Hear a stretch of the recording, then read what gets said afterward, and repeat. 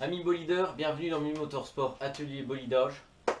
Donc dans ce nouvel épisode, je vais vous parler d'une nouvelle boîte à air pour Clio 3 RS et même carrément pour phase 2 spécifiquement. Donc la voici, elle est installée dessus. Donc en apparence, ça ressemble beaucoup à une boîte à air de R3.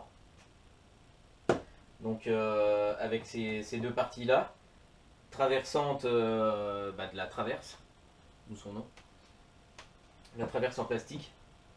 Et on a une écope spécifique pour phase 2, car celle pour phase 1 arrive directement dans la calandre, qui a plutôt une forme comme ça.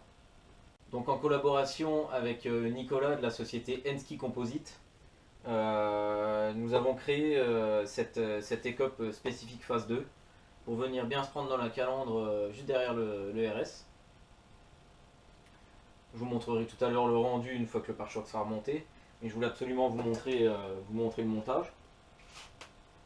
Donc grosso modo, voilà, c'est une boîte à air de R3. Donc on a fait une modification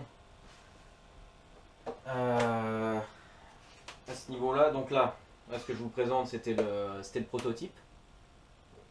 Donc là, c'est rien à voir avec la version finale. C'est brut, c'est pas peint, c'est... Donc sur la boîte à air de R3 classique, ici nous avons un manchon pour aller directement se prendre sur le papillon.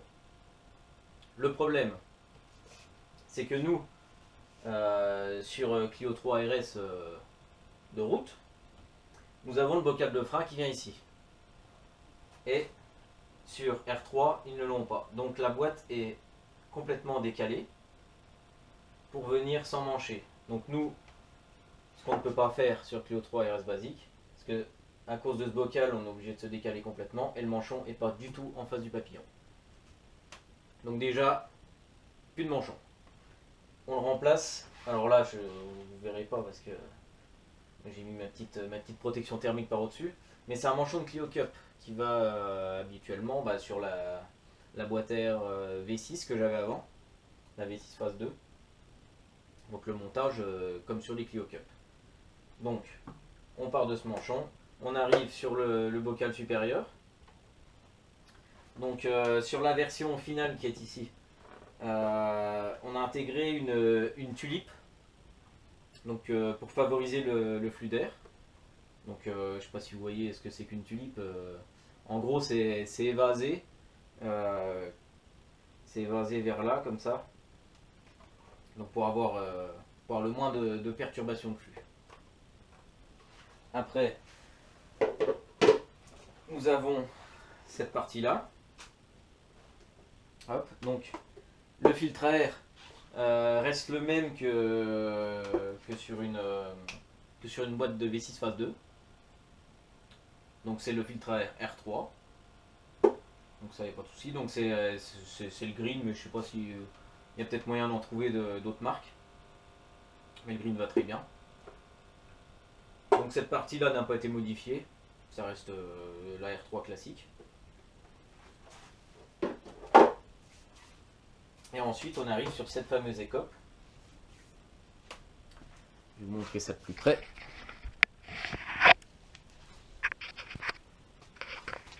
Donc là, je me suis permis un petit tuning. Je ne l'ai pas en rouge à l'intérieur, histoire qu'on la voit un peu à travers la calandre.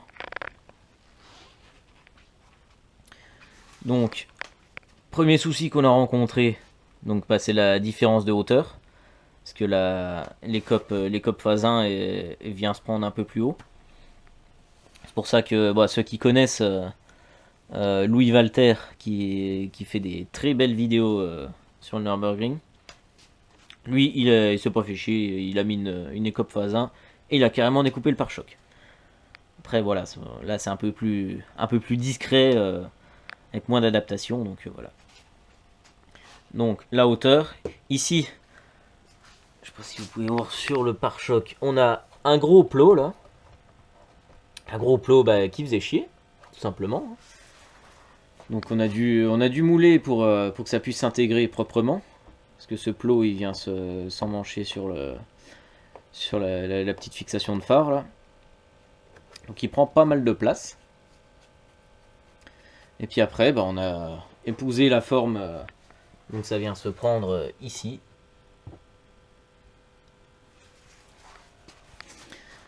Et puis les petites pattes, pour pas que ça bouge, quoi. Et là, on a quelque chose de plutôt propre. Donc ça, pareil, c'est encore... vous voyez, elle n'est pas peinte. Moi, je m'en fous complètement, hein, mais si, quand vous la commanderez, elle sera peinte exactement pareil que la boîte en elle-même. Vous aurez une écope finale propre. Donc, pour installer cette boîte, qu'est-ce qu'il va falloir faire comme modification? Parce que là, les gars, il y en a pas mal. Soyons honnêtes. Donc déjà, vous verrez qu'à cet emplacement, normalement, il y a la batterie. Premier problème. Donc, il faut la déplacer. Donc soit vous la mettez dans le coffre, soit vous mettez une batterie type Odyssey plus petite à cet endroit-là. Certains le font, pourquoi pas. Moi j'ai choisi l'option de la mettre derrière le siège conducteur. Par souci, je sais pas si on verra quelque chose, mais par souci pratique, voilà. Et c'est accessible très vite, ça va bien. Parce que c'est bien beau de la mettre dans le coffre. Hein. Mais quand il n'y a plus de batterie, le coffre il s'ouvre plus. Donc là au moins, pas de souci. Et voilà. Donc après, qu'est-ce qu'il faut? Il y a une autre chose ici, devant la batterie. Il y a ce putain de bocal de liquide de refroidissement. Alors qu'est-ce qu'on fait? On le décroche, on le vide, on rallonge ou on remplace les durites. Moi j'ai choisi de les remplacer. Donc on a cette durite de radiateur, hop, elle passe derrière, elle vient se prendre, vous ne verrez pas, mais à l'emplacement en haut, là-haut. Et la durite basse qui va au radiateur ici. Bon là, hein, Reels en Power, la base. Non mais laissez-moi le temps de faire une belle fixation.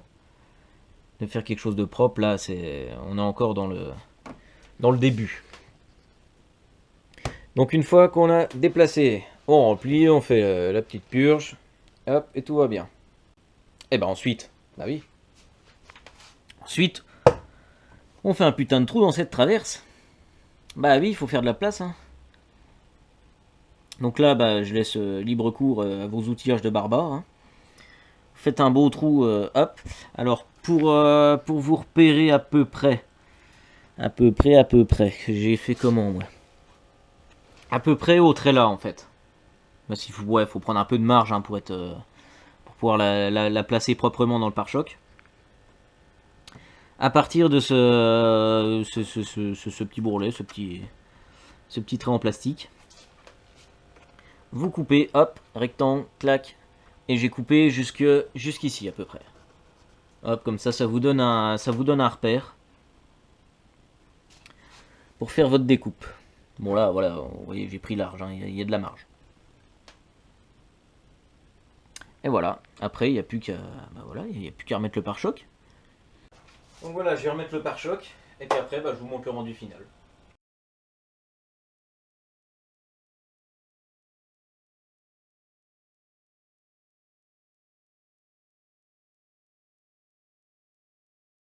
Voilà, le pare-choc est remonté. Donc, elle est où cette écope? Oh, elle est là. Oh, c'est beau. Comment ça va respirer, ça m'amène?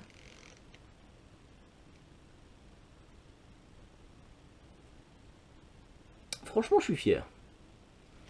Là, ça donne vraiment un look sympa. En plus du bruit magique. Juste après, je vais vous mettre une petite bande son pour vous montrer le bruit que ça fait. Et je pense que vous avez kiffé. Franchement. Parce que ça respire comme jamais, mon gars. Allez, je te mets la vidéo du rendu sonore. Et puis on se retrouve après pour la conclusion.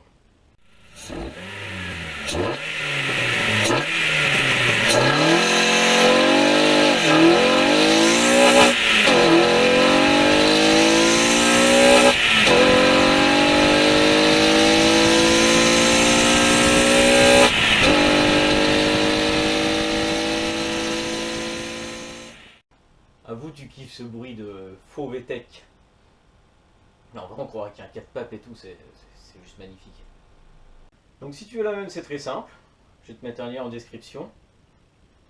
Donc en photo, ce sera une boîte air de phase 1, mais il faudra que tu notes dans le commentaire pendant la commande que tu veux une phase 2 pour avoir cette fameuse écope. Et puis voilà. Que te dire de plus?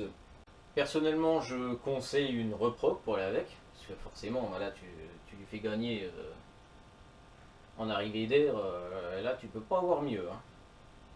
C'est autre chose que la boîte air de DCI à peu près améliorée. Hein. Non, franchement, moi, de toute façon, elle va y passer à la reprog. J'attends le petit sorcier anglais. Là, vous aurez remarqué que d'habitude, il est rouge. Bien sûr, parce que vous avez l'œil. L'œil, je sais pas lequel, mais celui que vous voulez. Parce que vous avez l'œil. Donc, ce qui est... je m'y perds. Ce qui est plénum, la cale porte-injecteur en dessous et le papillon sont partis en Angleterre pour être retaillés chez MS Config, si je dis pas de bêtises. Donc le papillon va passer de 60 à 64 et tout le reste va être poli et parfaitement aux bonnes dimensions pour que le flux d'air soit juste parfait, quoi. Et après il ira à la reprog, quoi. Avec tout ça, pour voir les gains et tout, moi ce qui me tente bien, c'est de faire un passage au vent. Un passage au banc, bordel. De faire un passage au... Il va pas sortir. De faire un passage au banc avec ce collecteur qui est tout à fait d'origine. Enfin, ce collecteur d'admission, plénum, ce que tu veux, quoi. Qui est entièrement d'origine. Voir combien elle sort. Sur le même banc, la même journée, pour avoir à peu près la même température, tout ça. Je vais sur le parking, on sort les petites clés, on dégage ce collecteur plénum, on le dégage, on met le nouveau, et on retourne à la reprog. Je suis fatigué. Ouais. Et on refait un passage au banc pour voir la différence entre chaque. Et seulement après, on va à la reprog, ça pianote, on en sort le maximum de ce bordel, et on retourne sur le même banc. Bon, forcément, ce ne sera pas dans la même journée, tu comprendras qu'on ne peut pas tout faire d'un coup. Donc, on pourra voir qu'est-ce qu'on peut sortir au maximum de ce putain de moteur grâce à cette boîte à air, grâce au retaillage. Et donc le maximum sans toucher aux internes, c'est ça qui est important. Parce que bien sûr on peut aller plus loin, l'étape d'après c'est les arbres à cam. Ça, on verra bien plus tard si ça se fait, je suis pas sûr. On verra déjà ce que ça sort. Pourvu qu'on récupère les chevaux d'origine, bordel! Non, je déconne, mais on sera au-dessus, quand même. Oh. Ah, je vise entre 205 et 210, un truc propre et sobre, quoi. Espérons. Donc voilà, je vous laisse là, donc je vous mets le lien en description, et puis si vous avez des questions, si vous êtes du coin et que vous voulez de l'aide pour monter la même, moi il n'y a pas de souci, le bricolage, j'adore ça. Si je peux passer un week-end là-dessus, avec grand plaisir. Et je vous dis à la prochaine, peut-être sur le banc, qui sait. Ou alors peut-être que j'aurai une autre idée en tête et que j'aurai fait quelque chose d'autre avant, un autre bolidage. On verra bien. Bon. Allez, salut!